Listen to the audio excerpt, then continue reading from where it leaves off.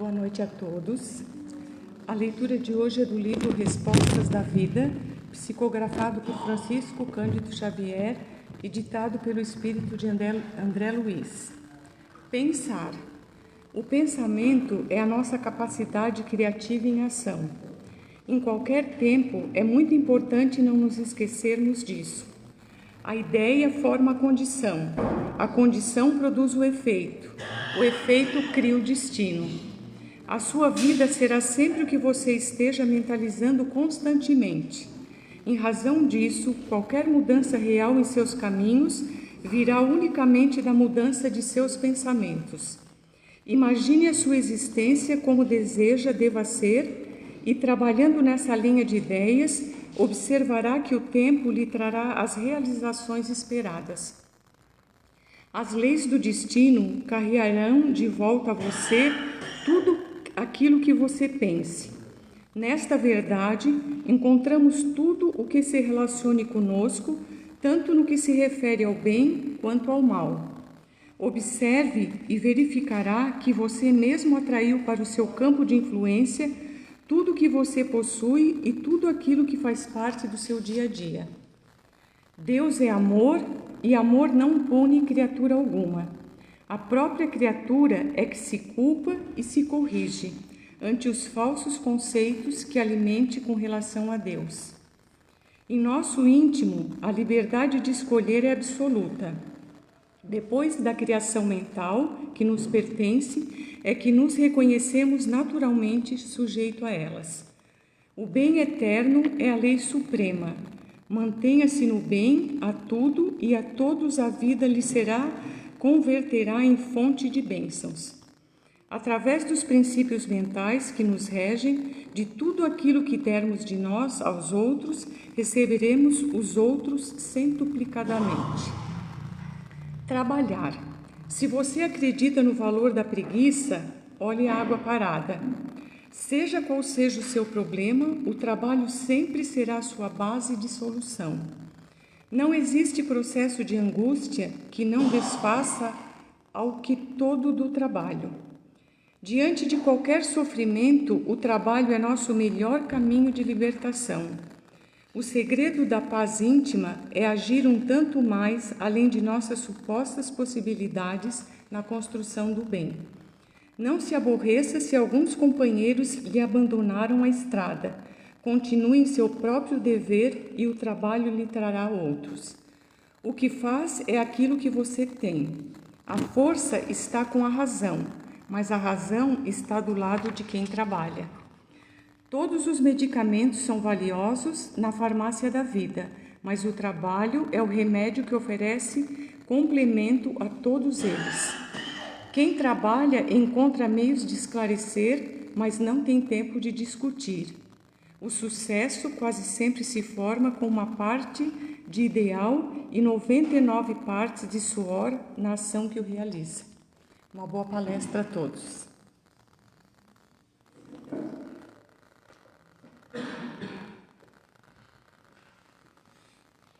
Boa noite, irmãos e irmãs, sejam muito bem-vindos. Antes de procedermos à prece de harmonização, gostaria de lembrar a todos que nós temos as palestras às terças-feiras às 15 horas, às quartas e aos domingos às 20 horas, sendo que as exposições das quartas e domingos elas ficam gravadas no nosso Facebook. Então, quando eventualmente alguém não puder se fazer presente, pode buscar na nossa página do Facebook as palestras que estão ocorrendo às quartas e domingos, ou aquelas que lhes fizerem se sentirem necessidade de verificarem novamente, de assistirem por vezes mais de uma vez, podem e devem se sentir em vontade assistirem na nossa página do Facebook. Okay? Então vamos elevar os nossos pensamentos a Deus e a Jesus e agradecer ao Mestre por mais essa oportunidade de estarmos aqui presentes, pela oportunidade de termos sido aceitos nessa doutrina maravilhosa que é o Espiritismo, que tantos esclarecimentos nos traz. Te agradecemos, Mestre, pela nossa saúde, por nos permitir continuarmos caminhando, ainda com dificuldade, no Seu Evangelho. Sabemos que somos ainda limitados, que temos muitas dificuldades, mas que somos espíritos perfectíveis. Continuando no caminho, pois como nos ensinastes, és o caminho, a verdade e a vida que todos nós temos hoje a graça de caminhar através do Evangelho que nos foi trazido há mais de 2000 anos. Temos hoje a oportunidade, através da bondade dos amigos do mundo espiritual, reviver esses momentos de forma talvez um pouco mais clara e que caiba e que cabe na nossa compreensão.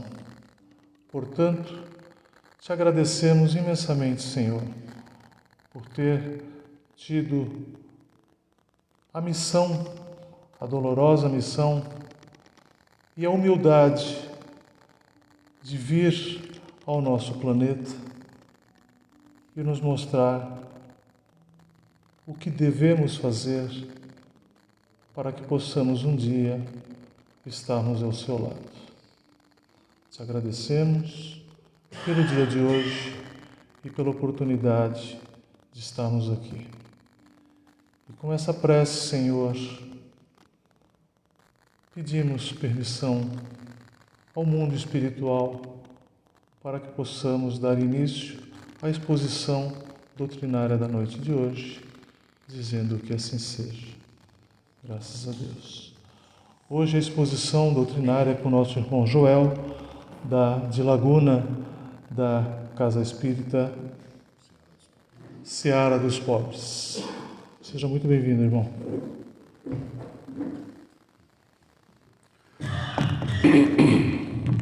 Boa noite a todos.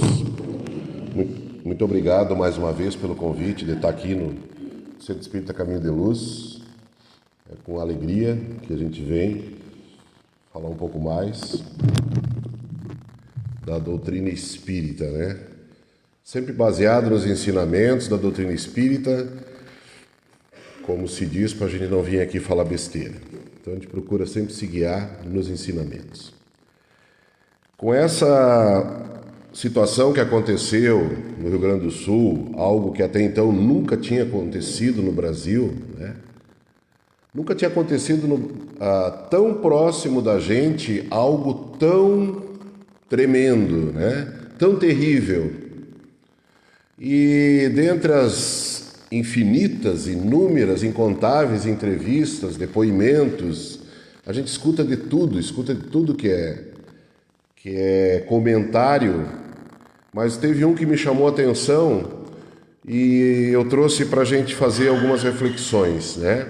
Que teve uma pessoa que, no meio da tragédia toda, ela não foi humilde, não foi resignada, como a gente prega, né? Como a gente procura ser dentro da doutrina espírita, mas muito pelo contrário, naquele momento ela disse uma frase muito marcante, ela disse assim: onde estava Deus nessa hora?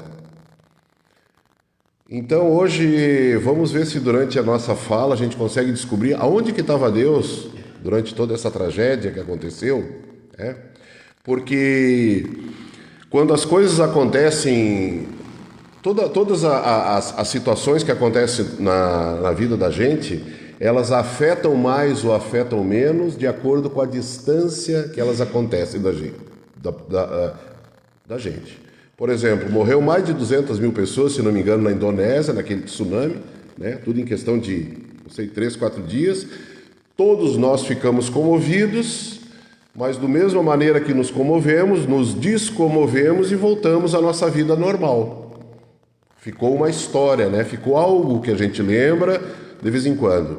Mas quando acontecem as coisas próximas, como aconteceu no nosso estado vizinho, muitos que estão aqui, eu acredito que são gaúchos. Eu sou gaúcho, eu não gosto de falar para não me exibir, né?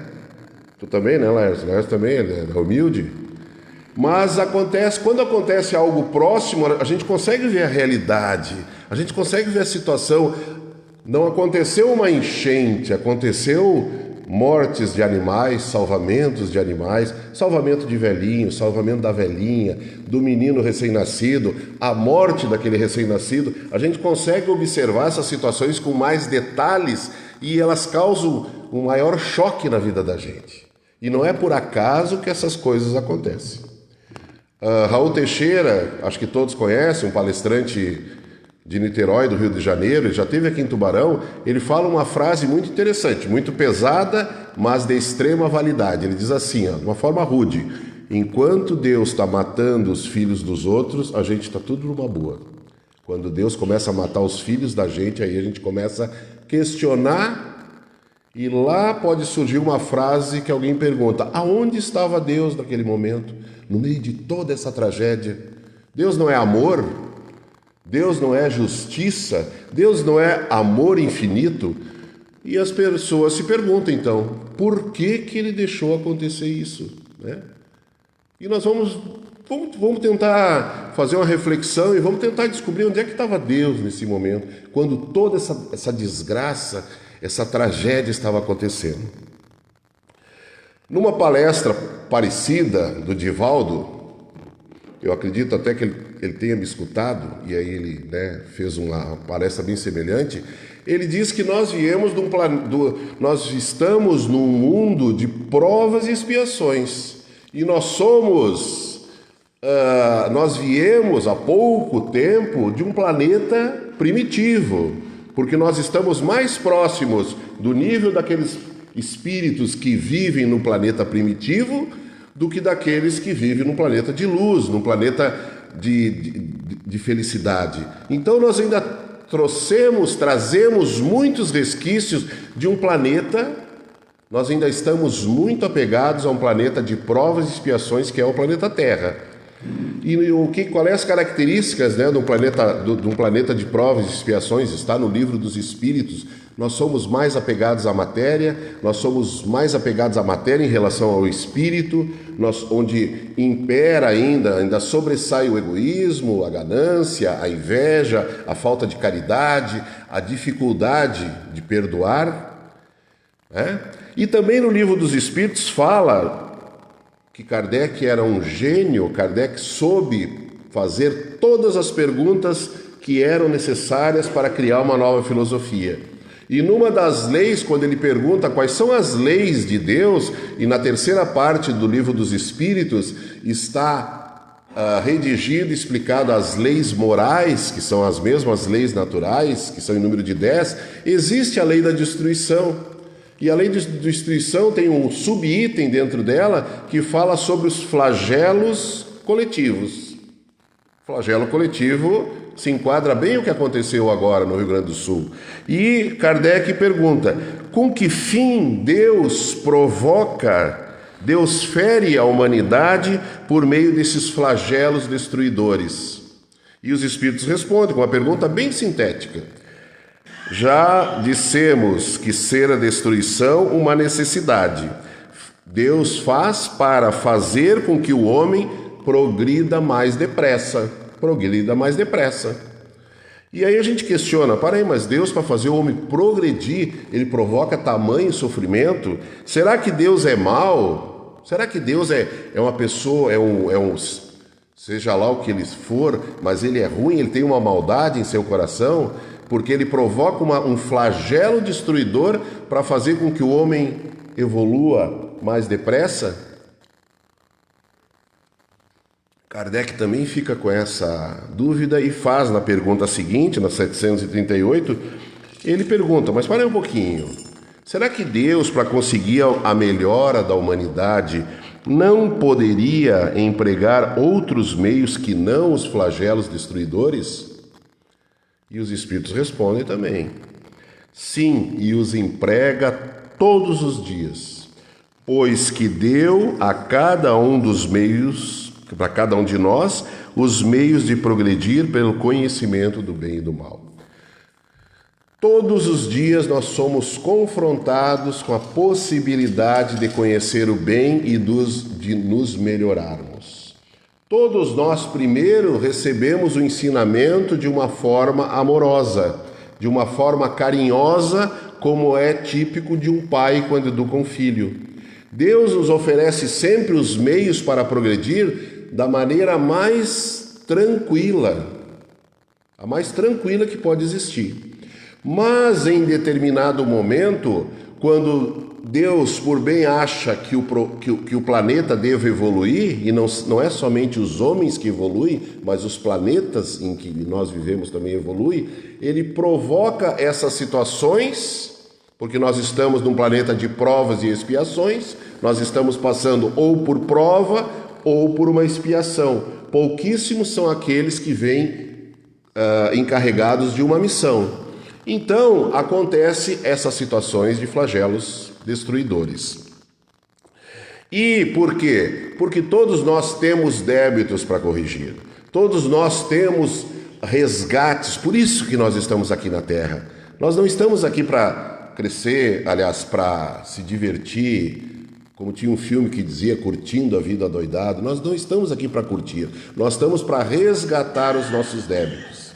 E aí aquela pessoa que pergunta onde está Deus, ela talvez não tenha conhecimento de uma das coisas mais importantes que nós espíritas, mas não exclusivamente nós, mas que a doutrina espírita tem como um dos pilares da nossa crença, chamado reencarnação. E também no livro, no Evangelho segundo o Espiritismo, no capítulo 5, intitulado Bem-aventurados os aflitos, a espiritualidade faz um estudo sobre as causas das nossas aflições, das nossas tristezas. Porque quando a gente vê uma criança morrendo, quando a gente vê uma criança que nasce com um problema de saúde grave, quando a gente vê um médico que olha para uma criança que tem um problema no fígado, e ele diz assim, meu Deus do céu, essa criança, esse recém-nascida, ela tem todas as características deste órgão, todas as características de alguém que bebeu a vida inteira. E aí a gente olha e diz assim, mas como? Que Deus é esse que castiga, entre aspas, um indivíduo que, teoricamente, não teria dívidas nenhuma a pagar? Mas nós que temos o conhecimento da reencarnação, nós que sabemos que nós estamos nessa vida e que essa nossa vida atual é apenas um capítulo nesse livro imenso que retrata toda a nossa história, que retrata todo o nosso conhecimento. E que talvez aquilo que nós estejamos resgatando hoje e que aparentemente não teria motivo para nós resgatarmos, como o próprio capítulo 5 nos diz, não é algo que nós contraímos, alguma dívida que nós contraímos nessa existência. Pode ter sido numa outra existência. Mas então ele primeiro fala que existem as causas atuais das nossas aflições. Então Kardec diz que de duas espécies são as vicissitudes, os problemas que acontecem na nossa vida. Provém de duas fontes bem diferentes. Umas têm a causa na vida presente, outras fora dessa vida. Pessoal, muitas pessoas quando têm algum problema, qualquer problema que seja, principalmente nós espíritas, nós dizemos assim, poxa vida, na outra vida eu devo ter feito muita coisa errada. Poxa, na outra vida eu joguei pedra na cruz, porque como as coisas dão errado para mim. Nem sempre. Tem situações que nós provocamos nesta vida. Nós somos competentes para arrumar encrencas nessa existência também. Hoje depois do almoço, fui dar uma volta na cidade e eu estava com um problema do estômago, Eu estava com algum mal-estar e eu podia dizer, não, isso aí numa outra encarnação, eu devo ter sido um comilão, eu devo ser uma pessoa desregrada na alimentação e hoje eu estou com isso. Não era nada disso. É que eu abusei no meu almoço de hoje. Então, consequência desta existência. É um exemplo que a gente passa. Então, existem situações cuja causa do nosso sofrimento, cuja causa das nossas penúrias, das nossas penas, são essa existência. E Kardec diz assim: interroguem friamente a sua consciência todos os que são feridos no coração pelas decepções da vida atual. Remontem passo a passo a origem dos males que os torturam e verifique se, as mais das vezes, na maioria das vezes, nós não poderíamos dizer para nós mesmos: ah, se eu tivesse feito de uma forma diferente, talvez eu não estaria em semelhante situação. Então são situações que acontecem nessa vida. Aquela pessoa que, poxa, nunca se dá bem financeiramente. É de outra existência? Não sei. Talvez nessa vida ele não tenha a paciência, não tenha a habilidade para fazer um bom negócio. Então, quer dizer, não é de uma outra existência, né? Mas também, seguindo o capítulo 5 do Evangelho segundo o Espiritismo, que Kardec diz assim: mas se há males nessa vida, as causas são os nossos atos nesta própria vida, outros há também pelos quais, pelo menos na aparência, ele é completamente estranho e que parece atingir a cada um de nós como uma fatalidade. Doenças congênitas, aquelas que acontecem no recém-nascido, acidentes inesperados, balas perdidas. No capítulo onde fala da lei moral chamada Lei da Liberdade, também no Livro dos Espíritos, tem um item que fala justamente sobre a fatalidade, que diz que a fatalidade, Kardec, a primeira pergunta que ele faz nesse capítulo, ele diz: existe a fatalidade? E os Espíritos respondem: como vós entendeis, ela não existe. A fatalidade seria aquilo que nós não teríamos condições de evitar. Quer dizer, como nós temos o livre-arbítrio, pessoal, se existe algo que nós não temos a liberdade de evitar, nós também não temos nem o mérito, se for uma coisa boa, e nem somos culpados pela falta, se foi alguma coisa ruim. Só que os Espíritos falam que a fatalidade, ela existe no momento em que nós estamos programando a nossa reencarnação. São aquelas provas que nós escolhemos passar. Aquelas provas que nós escolhemos: qual é a profissão que eu vou ter, qual é a pessoa que vai ser a minha companheira ou meu companheiro, qual é o tipo de provação que eu vou passar na vida. Essa, depois que está programada na nossa existência, ela vem como uma fatalidade.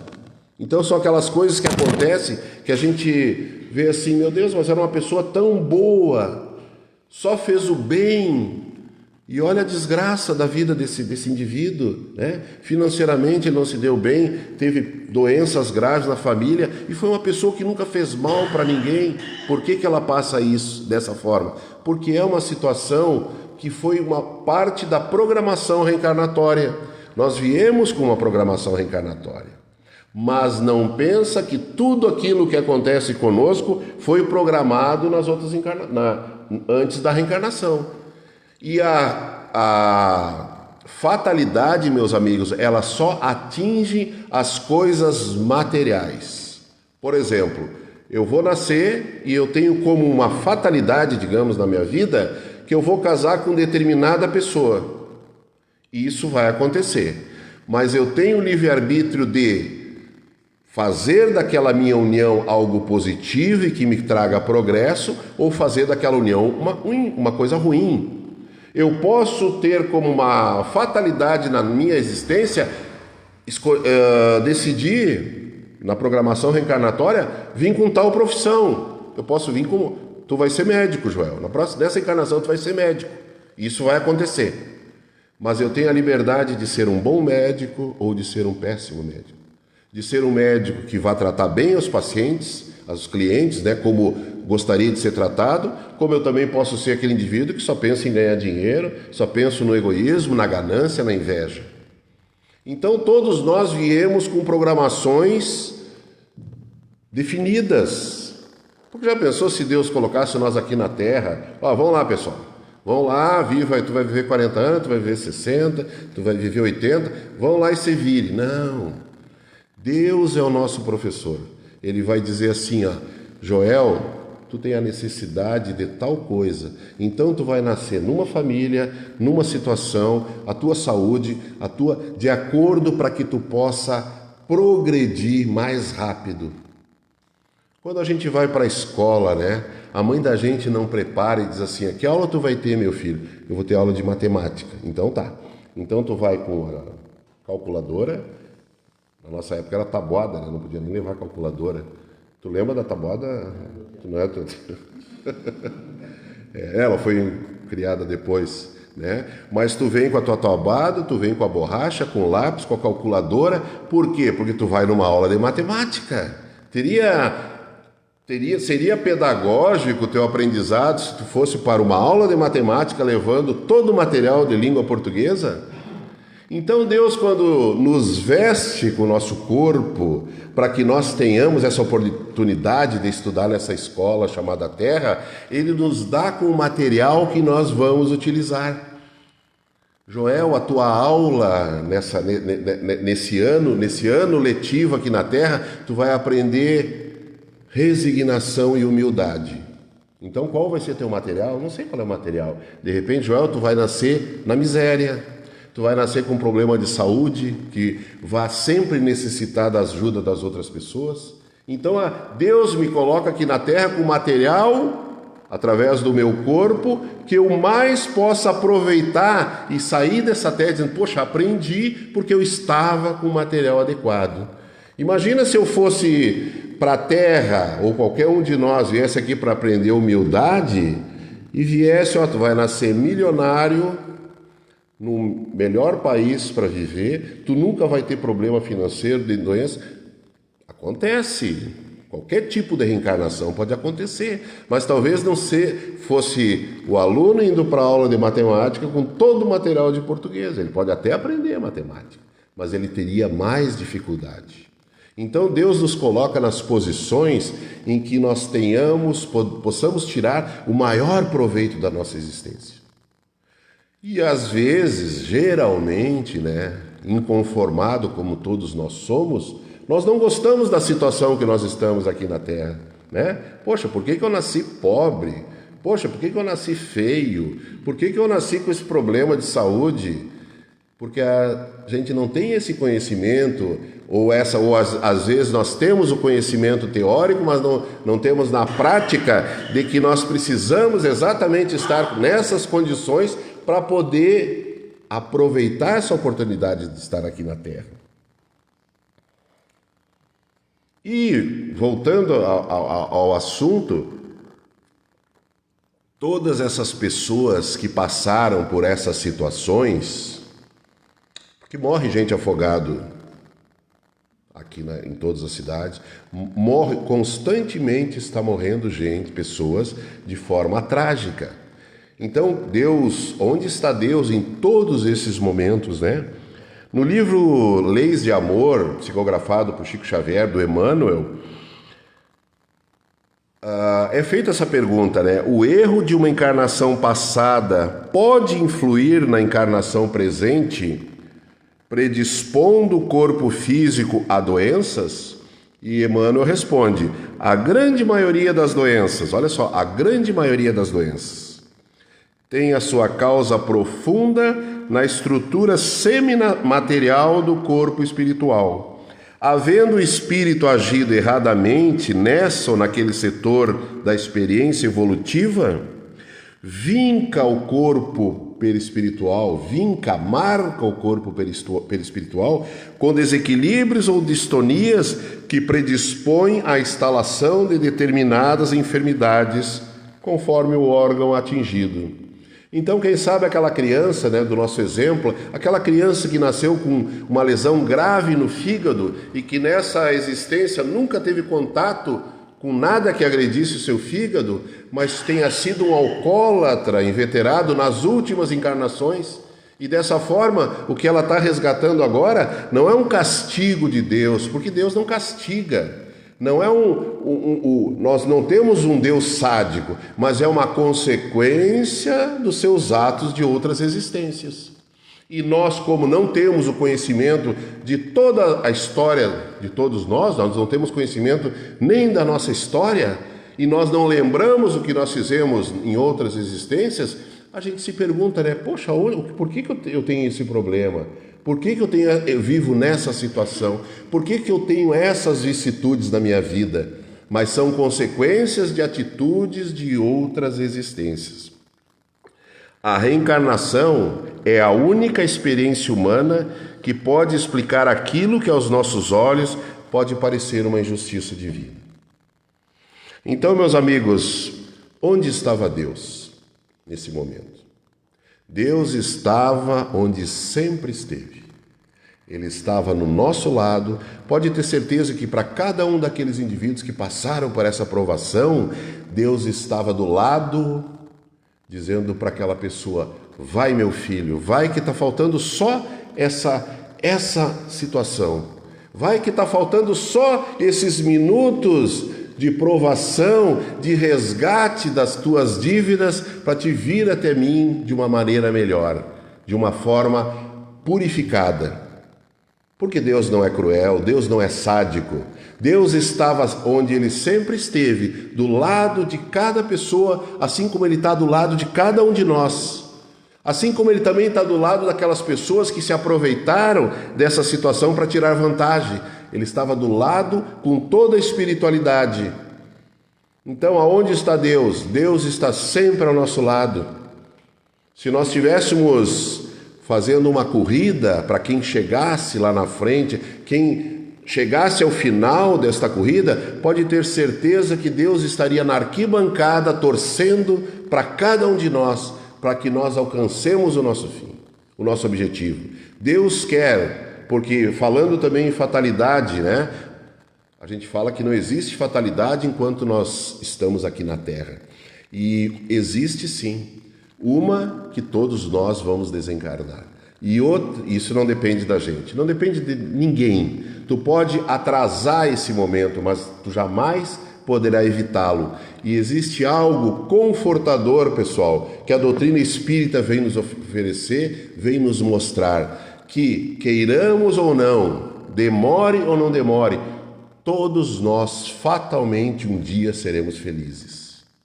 Todos nós um dia encontraremos a felicidade absoluta. Isso aí é inquestionável. Deus não vai perguntar para cada um de nós: tu quer ser feliz? Tu quer continuar sofrendo? Não. A felicidade, assim como o livre-arbítrio, assim como essa capacidade que nós temos de crescer, é algo que já está colocado dentro do nosso espírito e que todos nós chegaremos um dia. Para encerrar, pessoal, eu vou ler um texto que acredito que muitas pessoas conheçam, mas ele é um texto muito bonito que diz aonde que Deus estava e aonde que Deus está em todos os momentos da nossa existência. Sonhei que estava caminhando juntamente com Deus e revi espelhado no céu todos os dias da minha existência.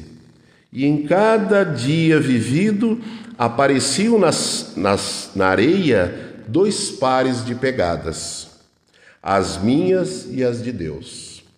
No entanto, de quando em quando, vi que havia apenas um par de pegadas, e isso precisamente nos dias difíceis da minha vida, nos dias que eu mais sofria. Então perguntei a Deus: Senhor, eu quis seguir-te, e tu prometestes ficar sempre comigo. Por que deixaste-me sozinho logo nos momentos mais difíceis da minha vida? Ao que Deus responde: meu filho, eu te amo, e Ele está falando isso para cada um de nós. Eu te amo e nunca te abandonei. Os dias em que viste somente um par de pegadas na areia são precisamente aqueles em que eu te levei nos meus braços. Queria agradecer esse momento, que a gente possa levar essa reflexão para casa, sabendo que nós estamos muito bem acompanhados. Muito bem acompanhados, né? Às vezes, na maioria das vezes, a gente não enxerga essa companhia que está sempre ao nosso lado, mas nós estamos muito bem acompanhados. Muito obrigado a todos.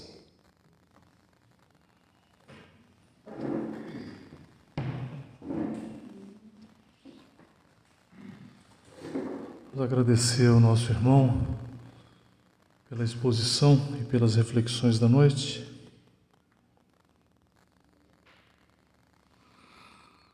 E rogar ao Pai: Senhor, de infinita bondade e misericórdia, abençoa-nos a todos nós, Senhor, que estamos nessa casa, encarnados, e também aos irmãos desencarnados que se fazem presente. Abençoe a todos os nossos familiares, a todos os irmãos que vêm à nossa tela mental, que nesse momento necessitam de bênçãos, de auxílio.